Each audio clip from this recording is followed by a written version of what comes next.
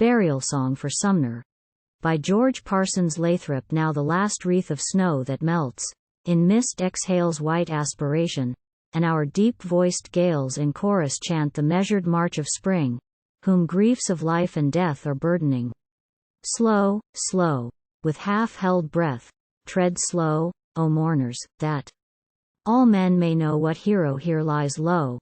O music, sweep from some deep cave, and bear to us that gasp in this so meagre air sweet ministerings and consolations of contorted sound, with agonies profound of nobly warring and enduring chords that lie, close bound, unstirred as yet, neath thy wide, wakening wings, so that our hearts break not in broken words. O music, that hast power this darkness to devour in vivid light, that from the dusk of grief canst cause to grow divergent flower and leaf, and from death's darkest roots bring forth the fairest fruits, come thou, to quicken this hour of loss, and keep thy spell on all, that none may dare to weep.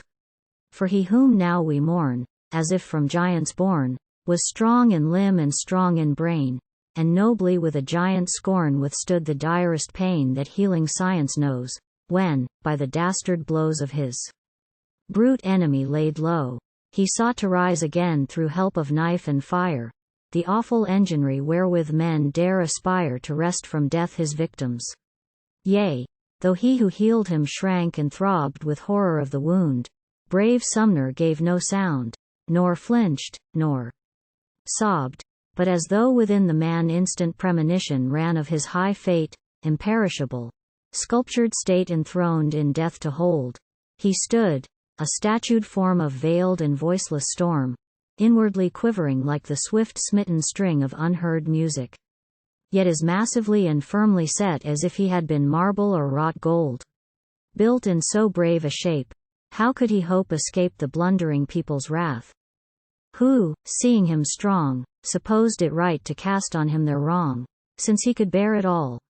Lo, now, the sombre pall sweeps their dull errors from the path, and leaves it free for him, whose hushed heart no reproaches hath, unto his grave to fare, in shrouded majesty. His triumph fills the air. Behold, the streets are bordered with vain breath of those who reverent watch the train of death, but he has done with breathing, wise death, still choosing near and far. Thou couldst not strike a higher star from out our heaven, and yet its light in falling glorifies the night.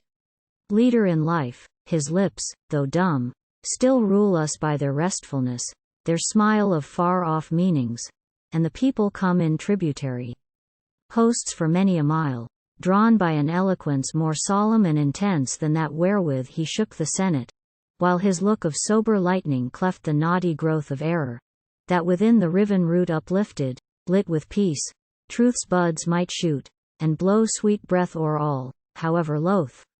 Unspeaking, though his eyes forget the light that late forsook their chambers, there doth rise mysteriously yet a radiance thence that glows on brows of them, the great and wise, poets and men of prophecies, who, with looks of strange repose, calm, exalted, here have met him to follow to his grave. Well they know he's crossed their bound, yet, with baffled longing brave, seek with him the depths to sound that gulf our lonely life around. Oh, on these mortal faces frail what immortality falls from the death light pale. And thus the path unto thy tomb, Sumner, all our brave and good still shall pace through time to come, for in distant Auburn wood seeing the glimmer of thy stone, they a shaft shall deem it, thrown from a dawn beyond the deep, and so haste with thee to keep angelic brotherhood. O herald, gone before, for these throw wide the door, make room, make room. Now, music, cease, and bitter brazen trumpets hold your peace. Now, while the dumb, white air draws from our still despair a pure prayer. Then must the sod fulfill its humble share, meek folded o'er his breast, here where he lies amongst the waiting trees. They shall break bud when warm winds from the west and southern breezes come to touch the place made precious by this grace of memory dear to God.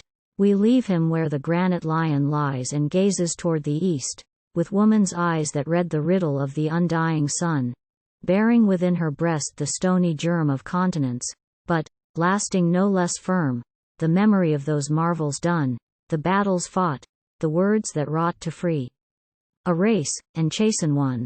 We leave him where the river slowly winds, a broken chain.